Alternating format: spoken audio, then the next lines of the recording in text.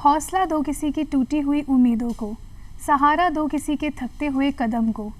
ज़िद ऐसी हो कि तूफ़ान में भी दीपक जला दे, ज़िद ऐसी हो कि तुम्हारे संघर्ष को तुम्हारी मेहनत से मिला दे, तुम्हारी मंजिल से मिला दे। दोस्तों, जीवन आसान नहीं होता, इसे आसान बनाना पड़ता है। और एक बात हमेशा याद रखें, जो इंसान मेहनत करता है उसे अपनी मंजिल ज़रूर मिलती है। नमस्कार दोस्तों, मैं हूं बबीता प्रधान। आप सभी का स्वागत करती हूं आप सभी के पसंदीदा कार्यक्रम धरती धौरारी में। जैसे कि हम सब जानते हैं, एक डॉक्टर हमारे जीवन में एक महत्वपूर्ण योगदान देते हैं। जब भी हमें कोई तकलीफ़ होती है तो उसका निवारण डॉक्टर्स के पास में होता है। जब हमें छोटा सा बुखार भी क्यों ना होता है तो हम सबसे पहले डॉक्टर्स को याद करते हैं। तो हम दूरदर्शन परिवार की ओर से उन सभी डॉक्टर्स को नमन करना चाहते हैं और आप सभी को हम बधाइयाँ देना चाहते हैं नेशनल डॉक्टर्स डे की। आज के इस स्पेशल एपिसोड में हम आपको एक गायनेकोलॉजिस्ट डॉक्टर से मिलवाने वाले हैं, यानी कि स्त्री रोग विशेषज्ञ डॉक्टर शैलेश जैन से मिलवाने वाले हैं। तो बहुत बहुत स्वागत है हमारे इस कार्यक्रम में। धन्यवाद। शैलेश सर, कैसा महसूस कर रहे हैं आज आप हमसे जुड़कर? मैम, बहुत ही अच्छा महसूस हो रहा है। दूरदर्शन के इस मंच पे मैं बहुत टाइम से आना चाह रहा था। मुझे लग रहा था कि मैंने ऐसा सुना था कि बहुत ही बड़ी जगह है और आज तो मुझे बहुत ही अच्छा लग रहा है और हम आप लोगों से मिलकर दर्शकों को बहुत अच्छी जानकारियाँ, बहुत महत्वपूर्ण जानकारियाँ आज देना चाहेंगे। जी शैलेश सर, और आज आप यहाँ पधारे हैं और आप स्त्री रोग विशेषज्ञ हैं, तो जाहिर है कि महिलाओं को भी आपसे बहुत सी जानकारियाँ आज मिलने वाली हैं। शैलेश सर, आप बाय प्रोफेशन डॉक्टर हैं। बचपन से आपने काफ़ी स्टडीज़ करी है अपने प्रोफेशन को पाने के लिए, तो जानना चाहेंगे कि किस तरह डॉक्टर बनने का ख्याल आपके दिमाग में आया? मैम, सेवा का भाव था एक्चुअली। जी। तो पापा मम्मी दोनों ही बहुत समाज के लिए सेवा करते रहते हैं और बचपन से मैं भी चाहता था कि जो हम लोग भी जिस गरीबी से उठे हैं या जिस गांव से हम लोग बड़े हुए हैं, तो हमें ऐसा लगता था कि यहाँ सुविधाएं होनी चाहिए, मरीजों के लिए कुछ अच्छी फैसिलिटीज़ होनी चाहिए। तो बचपन से ही मुझे लगता था।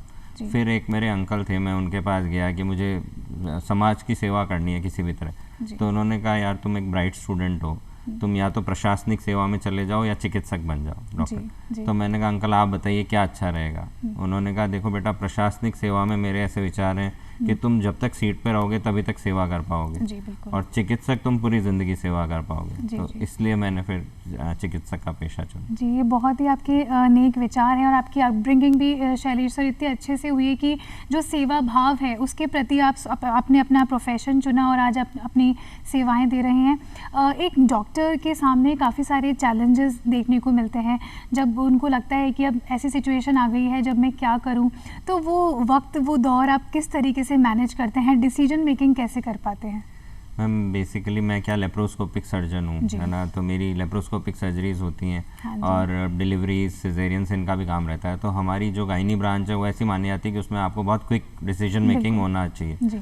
तो ओवर द ईयर्स एक्सपीरियंस के साथ, है ना, ऐसा हो जाता है कि हमारे रिफ्लेक्सेस ऐसे बन जाते हैं कि जैसे हम जो डिलीवरी या सिजेरियन वाले ऑपरेशंस हैं वो स्त्री रोग विशेषज्ञ 15 से 20 मिनट में कर लेते हैं। तो वो हमारे रिफ्लेक्सेस ऐसे हैं कि इतने सालों में हमारी स्पीड ऐसी हो गई है।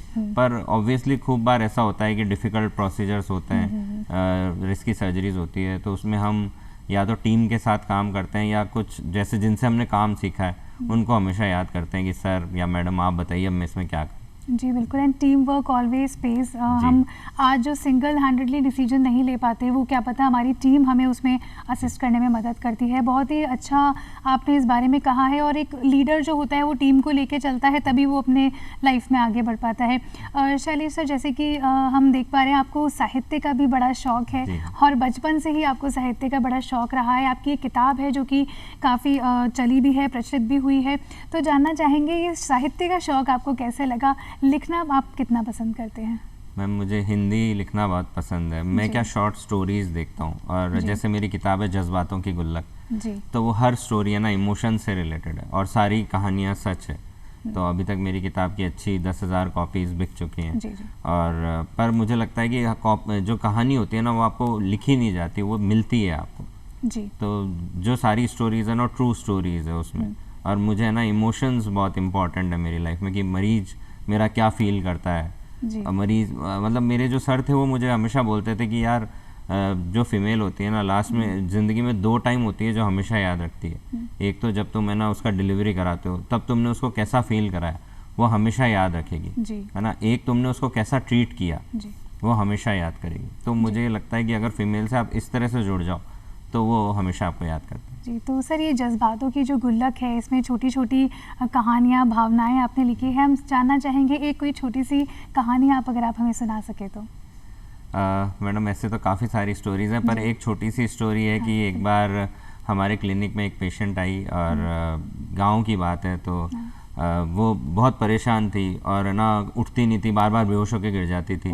तो रिलेटिव्स मुझे बोले सर ये बार बार बेहोश होकर गिर जाती है, जब से ये ससुराल आई है तब से इसकी हालत ऐसी है। तो जितने में क्या हुआ, एक बाबा गांव में आए, तो वो जो रिलेटिव्स थे मुझ पर गुस्सा हो रहे थे। मेरे को बोलते हैं कि सर आप इतनी दवाइयाँ दे रहे हो, इसका तो कुछ इलाज हो ही नहीं रहा है, तो आप बताओ इसका इलाज कैसे किया जाए। तो जैसे ही बाबा गाँव में आए तो वो पेशेंट को उठा के उनके पास ले गए।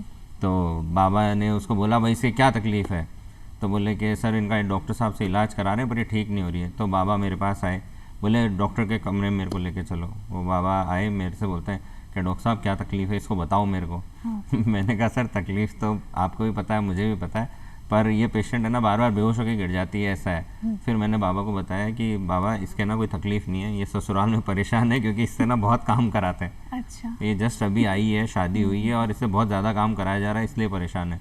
तो बाबा बोले देखो डॉक्टर साहब आपका इलाज तो आप चालू रखो, जो आपका प्रॉब्लम है वो मैं इसकी ना ये बीमारी ठीक कर देता हूँ। तो मैंने कहा ठीक है आप ये कर दीजिए। तो उसने बुलाया, तो उन्होंने बाबा ने मेरे को कहा कि देखिए सर अंधविश्वास इतना फैला हुआ है कि आपकी बात नहीं मानेंगे, मेरी बात मानेंगे। मैंने कहा ठीक है सर आप आपका काम करिए, मैं अपनी दवाई दे रहा हूँ जो तकलीफ है। फिर उन्होंने इसको बुलाया, उसके हस्बैंड को और सास को। फिर बोलते हैं देखो हमने बीमारी पकड़ ली है दोनों ने मिलके, आप ऐसा करो कि इसको है ना सिर्फ एक चीज़ से एलर्जी है। बोले क्या, कि एक तो इसको ना मिट्टी के पास नहीं जाने देना, है ना, मिट्टी के पास नहीं जानी चाहिए। उसको क्या बर्तन धुलवाते थे, मिट्टी से मंजवाते थे। अच्छा। तो उसके घर में एक साथ है ना 100 बर्तन ऐसे। और बोले और इसको है ना पानी के वो ये साबुन से एलर्जी है, कपड़े धोने के साबुन से। तो उन्होंने वो ऐसा बोल के गए, मेरे को थैंक यू बोल के गए। पेशेंट भी खुश, उठ के बैठ गई, बोले आप दोनों ने मिलकर मेरा काम कर दिया। कपड़े धोने का वो लगा लेंगे, और पैसे वाले लोग थे, ऐसी बात नहीं, तो कपड़े धोने का लगा लेंगे और बर्तन मांजने का लगा लेंगे। तो वो ऐसे ठीक हो गई मैडम। जी जी, आपकी इन किताबों में जो भावनाएं जुड़ी हुई है, कहीं ना कहीं ये सोशली भी लोगों को अपलिफ्ट कर रही है, जान के बहुत अच्छा लग रहा है। और ये किताबें पढ़ने में लोगों को जाहिर है मज़ा भी बहुत आता होगा, और लोग इससे सीखते भी बहुत कुछ होंगे कि किस तरीके से वुमेन को हमें ट्रीट करना चाहिए। सर आप एक गायनेकोलॉजिस्ट हैं, और हम जैसे देख रहे हैं कि आधुनिकता के इस दौर में वुमेन के अंदर बहुत सी प्रॉब्लम्स बढ़ती जा रही है रिगार्डिंग प्रेगनेंसी, कंसीव करना एंड मेंस्ट्रुएशन। PCOS भी बहुत एक ऐसी गंभीर बीमारी हो चुकी है। तो जानना चाहेंगे ऐसा क्यों होता आ रहा है, क्या लाइफस्टाइल हमें बदलने की ज़रूरत है, खान पान बदलने की ज़रूरत है, आपसे समझना चाहेंगे सर। मैम मैं आपको सबसे पहले या जनता को सबसे पहले क्लियर कर दूं कि PCOS कोई बीमारी नहीं है जी। PCOS क्या है कि अपनी लाइफस्टाइल आजकल ऐसी हो गई है कि फीमेल को है ना पारिवारिक और प्रोफेशनल, सामाजिक दोनों फ्रंट पे काम करना पड़ रहा है। बिल्कुल। और स्ट्रेस बहुत ज़्यादा हो गया है। पहले के ज़माने में क्या होता था, फीमेल्स घर पे काम करते थे और मेल्स बाहर करते थे। लेकिन ये अच्छी बात है कि फीमेल्स प्रोफेशनल फ्रंट पे भी अच्छा काम कर रही है, पर मुझे लगता है कि उनको अपनी लाइफस्टाइल पे थोड़ा ध्यान देना चाहिए कि बॉडी को रेस्ट की ज़रूरत है, दिमाग को रेस्ट की ज़रूरत है। अब जैसे मेरी वाइफ को ही ले लीजिए, वो सुबह डॉक्टर है मेरी वाइफ, तो वो सुबह जाती हैं, सुबह घर का खाना बना के जाती हैं, फिर हॉस्पिटल जाती हैं, दोपहर में आके वापस खाना बनाती हैं, क्योंकि हम लोग जैन समाज से हैं तो हम लोग शाम को जल्दी खा लेते हैं। जी जी जी। फिर रात तक खाना ही बनता रहता है, फिर रात तक इतने थक जाते हैं कि कुछ मतलब हम दोनों थोड़े ऐसे रहते, तो मैं उनको हमेशा बैठ के समझाता हूँ कि आप थोड़ा रिलैक्स करो जी, है ना, एक काम पकड़ो, है ना, जो काम है अपन थोड़ा डिवाइड भी कर सकते हैं। बिल्कुल। तो ये सारी चीज़ें हैं। अब जैसे आप मेंस्ट्रुएशन की बात कर रहे हैं, तो मैं आपको बताना चाहूँगा कि मुझे ये बहुत अच्छी बात लगती है कि फीमेल्स में मेंस्ट्रुएशन है। जी बिल्कुल। उससे क्या होता है कि हर मंथ वो वॉश आउट हो जाती है। हम मेल्स में ये प्रॉब्लम है कि हमें जब गुस्सा आता है या हम जब डिप्रेशन में जाते हैं तो एक्सट्रीम होता है ना, और आप लोग हर महीने वॉश आउट हो जाते हैं, तो ये बहुत अच्छी चीज़ है। अब PCOD क्या चीज़ है मैडम कि हर महिला के हर मतलब ओवरी या अंडेदानी में हर महीने कुछ एग्स बनते हैं, और उनमें से एक एग बड़ा होकर फूटता है और जिससे बच्चा लगता है। PCOD में क्या होता है, बहुत सारे एग्स बड़े हो जाते हैं और उनमें से फूट नहीं पाता, तो उन महिलाओं के थोड़ा सा बच्चे लगने में दिक्कत आती है, और इनके पीरियड्स इरेगुलर रहते हैं, यानी कुछ के 1.5 महीने में आते हैं, 2 महीने में आते हैं। लेकिन PCOD का इलाज है, PCOD कोई बीमारी नहीं है, एक सिम्टम्स हैं कि भाई महिला के ऐसा हो रहा है। तो उसके पहले सबसे पहले पीरियड्स इरेगुलर होंगे, फिर धीरे धीरे चेहरे पे हाथ पैरों पे बाल आना शुरू होंगे, वजन बढ़ने लग जाएगा। तो ये साइंस हैं कुछ कि आपको ना डॉक्टर को दिखाना चाहिए। जो पीसीओडी का पहला इलाज है वो ये है कि अपनी डाइट रिस्ट्रिक्ट करें। जो भी जंक फूड है, जैसे अपन पिज़्ज़ा, बर्गर, ये सब जो भी बाहर का खाना है वो थोड़े टाइम के लिए बंद करें या उसे कम कर दें।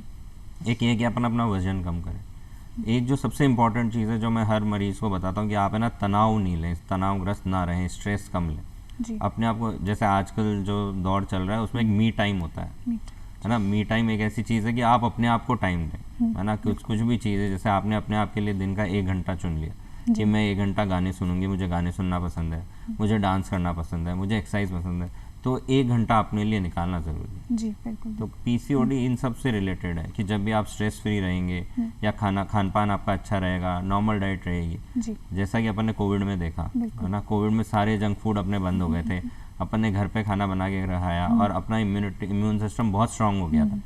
तो ये सारी चीज़ें हैं जो अपन को ध्यान रखनी चाहिए। जी बिल्कुल, एकदम आप सही बात करें। लाइफस्टाइल चेंज होने से सर बहुत फ़र्क पड़ता है। लाइक पीसीओएस, एंडोमेट्रियोसिज्म भी एक प्रॉब्लम है वुमेन के अंदर, जहाँ से कंसेप्शन में बहुत ज़्यादा प्रॉब्लम आती है, तो उस बारे में भी सर आपसे समझना चाहेंगे। एंडोमेट्रियोसिस की आज तक क्या हुआ है कि थ्योरी पता नहीं पड़ पाई क्यों होता है। ज़्यादातर लोगों का कहना ये है, बड़े बड़े डॉक्टर्स जो हैं, और थ्योरी ये बताई गई है कि पीरियड्स के टाइम पे कुछ ब्लड है ना फेलोपियन ट्यूब्स के थ्रू अंदर बॉडी में चला जाता है, वो वहाँ जाके पेट में जम जाता है, वो डार्क ब्राउन कलर के स्पॉट्स बन जाते हैं, इसे एंडोमेट्रियोसिस कहते हैं जी। तो जब ये अंदर चिपक जाते हैं तो अंडेदानी और जो ट्यूब है वो आपस में चिपक जाती हैं, जिससे बच्चे लगने में दिक्कत आती है। तो इसकी कुछ मेडिसिन भी है, हम लोग मेडिसिन से ट्रीटमेंट स्टार्ट करते हैं। अगर मेडिसिन से पेशेंट ठीक हो जाता है तो ठीक है, नहीं तो फिर इसकी कुछ सर्जरीज भी, सर्जरीज से पेशेंट ठीक हो जाता है और उसके बाद कंसीव कर लेता है। जी जी जी जी बिल्कुल। ये बहुत सी ऐसी प्रॉब्लम्स हैं जो हर सेकंड वुमेन के आज प्रॉब्लम बनती आ रही हैं। जैसे कि आप बता रहे हैं कि इस तरीके से ये चीज़ें होती हैं, जब कंसीव करने में वुमेन को प्रॉब्लम आती है तो वो वक्त उसके लिए बहुत प्रॉब्लमेटिक और टेंशन स्ट्रेसफुल सा हो जाता है।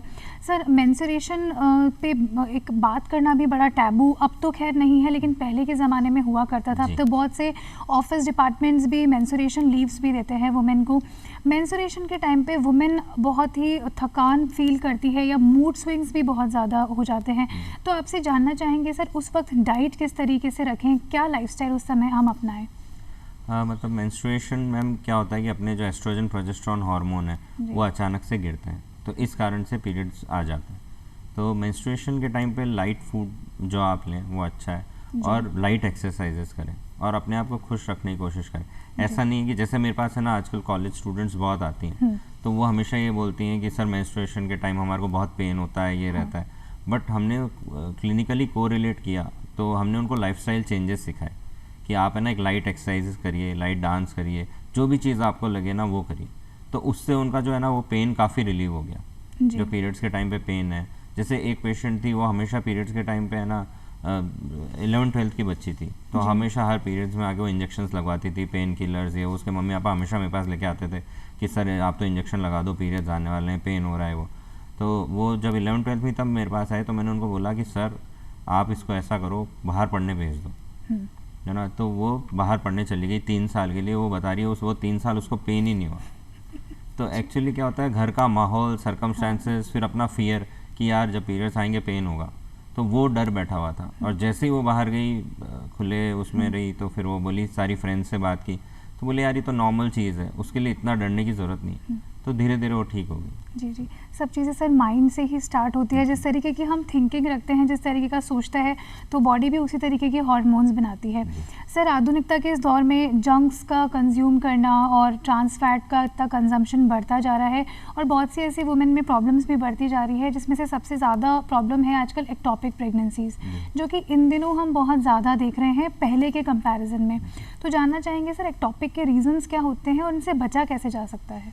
एक्टोपिक प्रेगनेंसी वैसे तो मैम इन्फेक्शन के कारण है, कि इन्फेक्शंस हैं और भी बहुत सारे रीजंस हैं। इसमें क्या होता है, जो बच्चा अपने बच्चेदानी में लग रहा होता है उसकी जगह ट्यूब में लग जाता है, फेलोपियन ट्यूब। हाँ, फेलोपियन ट्यूब में। तो उसकी मेडिसिन भी आती है, जैसे अगर कम साइज़ का होता है तो अपन मेडिसिन से ठीक कर सकते हैं, या फिर अपन लेप्रोस्कोपिक सर्जरी है जो मेरा काम है, उसमें क्या होता है कि मरीज को 1 दिन के लिए एडमिट करते हैं, लेप्रोस्कोपिक सर्जरी करते हैं, ट्यूब में से बच्चा निकाल देते हैं और ठीक कर देते हैं।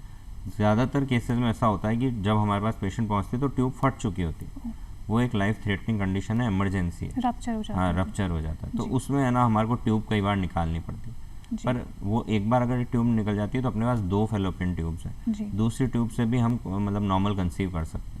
तो कई बार मेरे से पेशेंट पूछते हैं सर आप ट्यूब निकाल दोगे तो हम कंसीव कर पाएंगे कि नहीं, तो ऐसा कुछ नहीं है, दूसरी ट्यूब से भी नॉर्मल बच्चे लग सकते हैं। जी जी जी जी। इनसे बचने के लिए सर क्या कर सकते हैं? एक टॉपिक प्रेगनेंसीज लाइक पहले से ही हम इस तरीके से अपनी लाइफस्टाइल रखें कि हमें इस तरीके का कोई प्रॉब्लम ना हो, तो कोई ऐसे टिप्स अगर आप दे सकें तो। मैम बेसिकली तो इन्फेक्शन प्रिवेंशन ही इसका टिप और ट्रिक है कि पीरियड्स के टाइम पे अपन जल्दी पैड्स चेंज करें। एक वाइट डिस्चार्ज अपन को जो रहता है, कभी भी वाइट डिस्चार्ज यूजुअली पीरियड्स के जस्ट पहले जो आ रहा है और बाद में जो आ रहा है वो नॉर्मल है, लेकिन अगर ऐसा वाइट डिस्चार्ज हो जिसमें इचिंग हो, खुजली रहती हो या फाउल स्मेलिंग हो, बदबू आती हो, तो उसके लिए ज़रूर डॉक्टर को दिखाएं। तो ये क्या होता है, वाइट डिस्चार्ज जो है वो इन्फेक्शन का रीज़न है, वो धीरे धीरे ऊपर यूट्रस में असेंड कर जाता है, ट्यूब्स में चला जाता है, तो वहाँ इन्फेक्शन अगर रहता है उसको पेल्विक इन्फ्लेमेटरी डिजीज़ बोलते हैं। तो वो एक बड़ा कारण है जो एक्टोपिक प्रेगनेंसीज का। जी बिल्कुल, और वक्त पे इन पेल्विक डिजीज़ को हम जब मॉनिटर कर लेते हैं तो खुद ब खुद हम आगे इन सब चीज़ों से बच भी सकते हैं। शरीश सर, आप एक गायनेकोलॉजिस्ट हैं और डॉक्टर हैं, काफ़ी समय से अपनी आप सर्विसेज अलग अलग इंस्टीट्यूशंस में भी देते आए हैं। सोशल मीडिया पे भी काफ़ी इन्फॉर्मेटिक्स या फेक न्यूज़ चलती रहती है। जब हम मानते हैं कि डॉक्टर्स हमारे लिए भगवान हैं, तो दूसरी तरफ कहीं ना कहीं थोड़े बहुत व्यंग वहाँ पे चलते रहते हैं, तो इस पक्ष में आप क्या बोलना चाहेंगे? मैम एक्चुअली क्या, आप डॉक्टर का जो रूप है ना वो चेंज हो रहा है। पहले के ज़माने में अपन ऐसा सोचते थे कि डॉक्टर भगवान है, अब मैं बताना चाहता हूँ कि डॉक्टर भी एक इंसान है है ना। वो बात सही है कि हर डिपार्टमेंट में ऐसे लोग होते हैं, हर जगह ऐसे लोग होते हैं, कुछ अच्छे होते हैं, कुछ बुरे होते हैं। बिल्कुल। अपने समाज में क्या अपन ने डॉक्टर को भगवान का रूप माना है, और मैं आपको दिल से बात बताना चाहता हूँ कि कोई भी डॉक्टर है ना मरीज का बुरा नहीं चाहता। बिल्कुल बिल्कुल। कभी भी मेरे साथ ऐसा हुआ ना कि मेरी कोई सर्जरी हो और मैंने कभी मरीज का बुरा चाहा, ऐसा कभी हो नहीं सकता। मतलब है ना, हमारे को बचपन से ऐसा ट्रेन किया जाता है कि चाहे कुछ भी हो, आप मतलब मेरी फैमिली से जब भी पूछेंगे ना, मैं आपको बताऊं 4 रात पहले की बात है, एक पेशेंट का बच्चा फंस गया था, बहुत दूर किसी हॉस्पिटल की बात है, और रात का 1:30 बज रहा था। तो जिसका हॉस्पिटल था उसका मेरे पास फ़ोन आया कि सर आप आ पाओगे क्या, कि हमारी बच्चा फंस गया और सिजेरियन करना है। मैं बिना कुछ सोचे समझे चला गया, रात को ऑपरेशन करके आया। सुबह फिर मैंने वापस आके उसको फ़ोन किया, यार सब ठीक है, उसने बोला सब ठीक है। तो मतलब हमारी है ना ऐसी वो नहीं होती कि हम कुछ गलत करें या कुछ भी करें, हमारा इंटेंशन हमेशा अच्छा होता है। पर कई बार क्या होता है कि कुछ केसेस ऐसे होते हैं कि जैसे मैं आपको सीधी सी बात बताऊं, जैसे साइकिल रिपेयर करने वाला है, अगर वो 1000 साइकिल रिपेयर करेगा तो एक साइकिल तो ख़राब होगी। तो ऐसा हमारे साथ भी है, पर इंटेंशन हमेशा अच्छे होते हैं। जी बिल्कुल, और ये वाली बात हम मानते भी है। लाइक किसी पेशेंट को जब रात को 2 बजे भी दर्द होता है तो उसके लिए डॉक्टर्स उठ के आते हैं, और बहुत से ऐसे सर्कमस्टेंसेस हमने भी देखे हैं कि डॉक्टर्स 2-2, 3-3 बजे तक उनकी कमर में दर्द हो रहा है, लेकिन वो खड़े होकर पेशेंट को बड़ा अच्छे तरीके से, अच्छे बिहेवियर से अटेंड कर रहे हैं। तो सर हम रिस्पेक्ट करते हैं आपकी इस प्रोफेशन की, और जाहिर है कि हमारे दर्शक भी आपकी प्रोफेशन की रिस्पेक्ट करते हैं। सर, एक पेशेंट जब आपको दिखाने आता है तो सबसे ज़्यादा मैटर करता है, जैसे कि आपने स्टार्टिंग में बोला था, आपका बिहेवियर, कि किस तरीके से आप उसे ट्रीट कर रहे हैं, उसकी पूरी प्रॉब्लम को सुन रहे हैं, कितना टाइम आप उसको दे पा रहे हैं। क्योंकि साइकोलॉजिकली जब वो आपके पास से आपकी बातें सुन के ठीक हो जाएगा तो मेडिसिन तो फिर बहुत ही बाद में काम आती है। तो सर बिहेवियर कैसा रखना चाहिए एक डॉक्टर को अपने पेशेंट की तरफ? सिंपैथी के बजाय हम एम्पैथी रखें, ये हम आपसे जानना चाहेंगे। मैम एम्पैथी है ना एक बहुत बड़ा रोल प्ले करती है इस चीज़ में। मैं आपको बताऊं कि मेरे टीचर ने मुझे सिखाया कि जब भी आप सर्जरी करो ना, उसके कान में सिर्फ इतना सा जाके बोलना कि इस सर्जरी के बाद तुम एकदम ठीक हो जाओगे और तुम रिजल्ट देखना।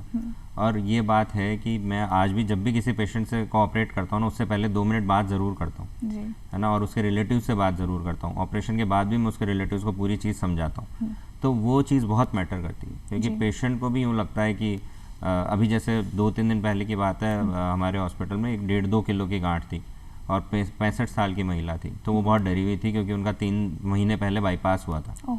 तो वो इतनी डरी हुई थी कि सर 1.5-2 किलो की गांठ है, आप कैसे निकालोगे वो। तो मैंने कहा मैडम मेरा रोज़ का काम है, आप चिंता मत करो। और जस्ट ऑपरेशन से पहले वो घबराई हुई थी, तो मैंने उसको ही बोला कि मैडम आप बेस्ट टीम में हो, मतलब अभी आप बेस्ट टीम के हाथों में हो, आप बिल्कुल चिंता मत करो, आप मुझे 1.5 घंटा दो, सब ठीक मिलेगा। और आज मैं उससे वापस मिल के आया, अभी वो एडमिट है। वो इतनी खुश थी, वो बोली कि सर जैसा आपने कहा ना वैसा ही हुआ। तो मुझे लगता है कि पेशेंट से 2 मिनट अगर अपन एक्स्ट्रा बात कर लेते हैं ना तो वो काफ़ी ठीक हो जाए। जी बिल्कुल। ऑपरेशन के वक्त भी अगर हम पेशेंट को ये बोल देते हैं कि हाँ एकदम आप कूल रहो, सब कुछ अच्छा हुआ है, लास्ट में जब वो ये भी सुन लेता है तो उसको खुद को भी कॉन्फिडेंस आ जाता है कि हाँ अब आधा ठीक तो मैं वैसे ही हो चुका हूँ, बाकी मेडिसिन हमें ठीक कर देगी। सर जैसे कि सिस्ट की आपने बात करी, ओवरियन सिस्ट भी एक बहुत बड़ी प्रॉब्लम है वुमेन के अंदर, तो ये क्यों डेवलप होती है? मैम ओवेरियन सिस्ट वही हार्मोन्स का इम्बैलेंस के कारण है।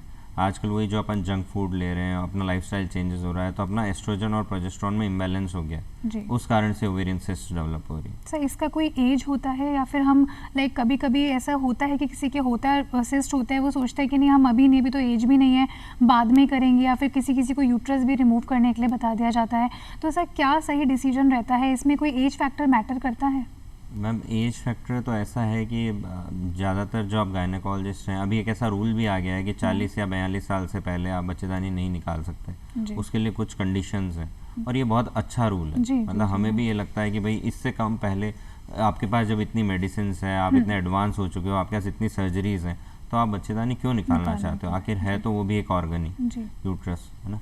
तो ये बात है कि अपने पास बहुत सारी आजकल मेडिसिन है जिससे ओवेरियन सिस्ट ठीक हो जाती है। जैसे 5 सेंटीमीटर या 6 सेंटीमीटर की सिस्ट है, उसको निकालने की ज़रूरत नहीं है। अपन के पास ऐसी बहुत सारी मेडिसिन अपन लोग के पास कि अपन दे सकते हैं 3 to 6 मंथ्स का ट्रीटमेंट और वो ठीक हो जाती है। अगर फिर भी ठीक नहीं हो रही है तो फिर कुछ इंजेक्शंस भी हैं। अगर उससे भी ठीक नहीं हो रही है तो फिर अपन ओवेरियन सिस्ट निकालते हैं। और ओवेरियन सिस्ट में सबसे अच्छी बात है कि सिर्फ सिस्ट निकलती है, ओवरी नहीं निकलती। जी। ये अच्छी बात है। ऐसे ही जैसे एक फाइब्रॉइड्स है, आजकल बोलते हैं कि फाइब्रॉइड्स गांठें बहुत हो रही है, जो मतलब मैं लेप्रोस्कोपिकली मेरा काम है, मैं काफ़ी निकालता हूँ, तो उसमें वही है कि वो भी लास्ट रिजॉर्ट है लेप्रोस्कोपिकली भी कि भाई गांठें निकाली जाए। और ये भी है कि जैसे यूएस में तो पेशेंट को समझाया जाता है कि भाई बच्चेदानी निकालें या गांठ निकालें सिर्फ, और वहाँ ज़्यादातर लोग प्रेफर करते हैं कि सिर्फ गांठ निकालिए, बच्चेदानी रहने दीजिए। इंडिया में थोड़ा क्या ऐसा वो मिथ्स हैं, वो कहते हैं कि सर बार बार क्यों ऑपरेशन कराएंगे, कौन फॉलोअप में रहेगा, हम गांव से आते हैं, हर बार बार कौन दिखाएगा, तो आप तो बच्चेदानी निकाल दो। तो अभी हम सारे डॉक्टर्स हैं ना, हम ये करने में लगे कि हम बच्चेदानी ना निकालें, जब ज़रूरत हो, बहुत ही ज़्यादा ज़रूरत हो तभी निकालें। जी। तो ठीक है, मतलब अगर एज 45 प्लस हो, 50 प्लस हो, तो फिर भी अगर कंडीशंस ऐसी हो कि निकालनी पड़ती है तो फिर हम निकालते हैं। बाकी मेडिसिन काफ़ी अच्छी हैं। मिनिमल इन्वेजिव सर्जरी जिसको लेप्रोस्कोपी बोलते हैं, उसमें सिर्फ आजकल क्या होता है, बच्चेदानी के अंदर एक दूरबीन डाल के देखी जाती है। छोटा सा प्रोसीजर है, हिस्ट्रोस्कोपी बोलते हैं। मरीज सुबह आता है, दूरबीन से अंदर देखा, शाम को घर चला जाता है। तो जो भी ब्लीडिंग का कारण होता है हम उसी टाइम ठीक कर देते हैं।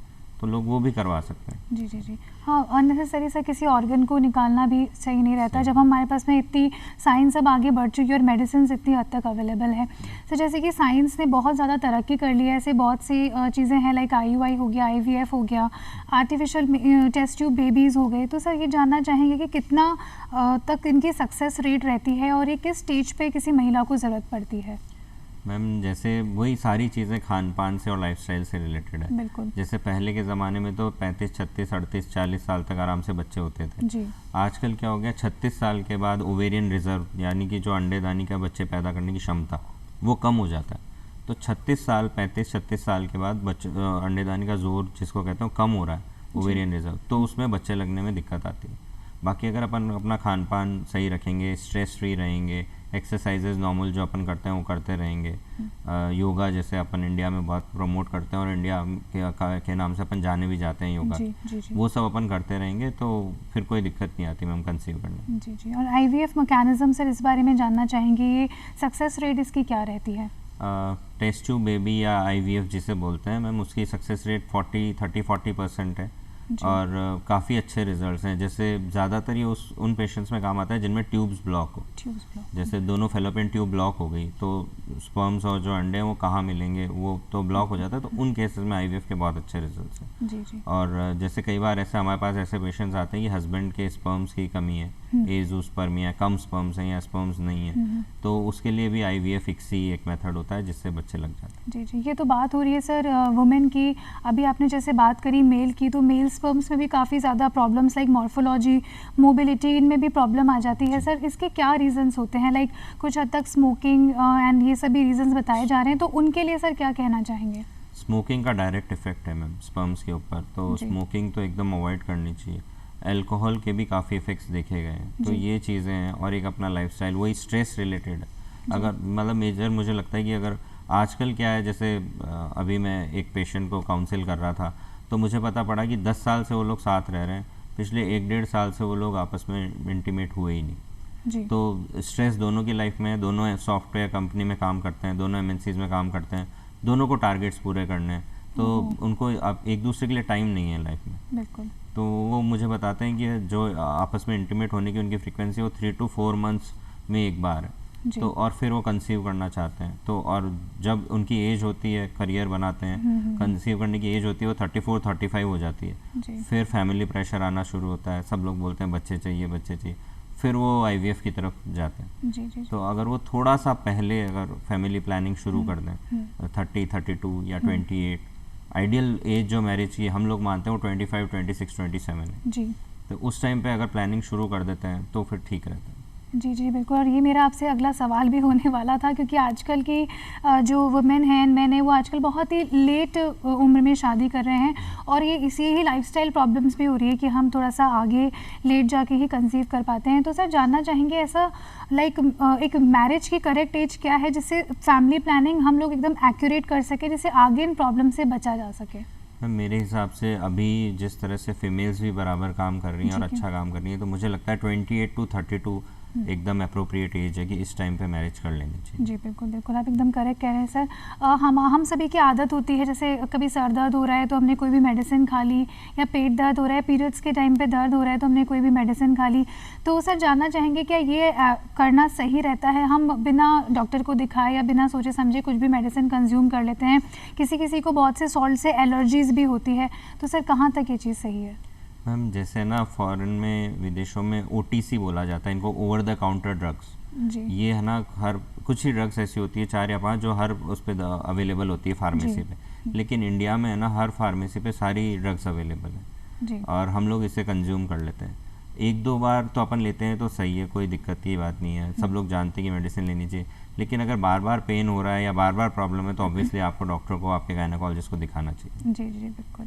सर आप डॉक्टर प्रोफेशन में हैं, आपको बड़ा टाइम से पंचुअल रहना पड़ता है, तो जानना चाहेंगे कि तालमेल कैसे बिठा पाते हैं, क्योंकि आपने बताया आपकी वाइफ भी डॉक्टर हैं, तो घर में कैसे समय दे पाते हैं? मैम जैसे हर आदमी की हालत है, मैं भी बहुत गालियाँ सुनता हूँ घर में, सीधी सी बात है, तालमेल बैठाना बहुत मुश्किल है, बट मेरी वाइफ डॉक्टर है तो वो अंडरस्टैंडिंग है, वो समझती है कि अब तो बच्चे भी समझने लग गए कि अगर रात को पापा ऑपरेशन के लिए गए हैं तो 2-3 घंटे बाद ही आएंगे। और हर दूसरी तीसरी रात ऐसा होता ही है, तो घर वाले अब समझते हैं कि, और जो डॉक्टर्स होते हैं ना उनका पैशन होता है, जैसे हम लोग का पैशन है तो हम वर्कहॉलिक है, तो हम कभी सर्जरी के लिए या कोई भी डिलीवरी के लिए या ऑपरेशन के लिए कभी मना नहीं करते कि जब भी फ़ोन आता है हमें जाना ही होता है। ये रूल है, ये हमारे मन से इनबिल्ट है कि मैं अगर 10 बजे भी थका हुआ रात को 1 बजे फ़ोन आ जाएगा कि सर आपको आना है तो मैं जाता हूँ, मैं कभी मना नहीं कर पाता। जी बिल्कुल, ये बात बहुत ही सही कही है आपने, और आपका प्रोफेशन ही ऐसा है कि आप सामने वाले को मना भी नहीं कर सकते, क्योंकि ये सामने वाले के जीवन का भी सवाल होता है। शैलेश सर, ये तो बात चल रही है प्रोफेशन की, अब बात करेंगे कुछ आपकी हॉबीज़ की। फ्री टाइम में सर क्या करना पसंद करते हैं, क्योंकि आप भी एक डॉक्टर हैं, पूरा टाइम आप बिज़ी रहते हैं, तो खुद को स्ट्रेस फ्री आप कैसे रख पाते हैं? मैम डॉक्टर के लिए तो सबसे अच्छा है फ्री टाइम में मैं सोना चाहता हूँ वैसे तो जी। लेकिन मुझे ना फ्री टाइम में बच्चा बनना बहुत पसंद है। जैसे मुझे लगता है कि डांस किया जाए, गाने गाए जाएँ या बच्चों के साथ टाइम बिताया जाए, तो मैं बच्चों के साथ कुछ ऐसा करता हूँ कि वो मेरा सबसे अच्छा फ्री पास टाइम होता है जी, कि बच्चों के साथ जो भी मस्ती करनी हो की जाए। जी बिल्कुल, अपनी फैमिली को टाइम देना भी सर बहुत ज़रूरी होता है।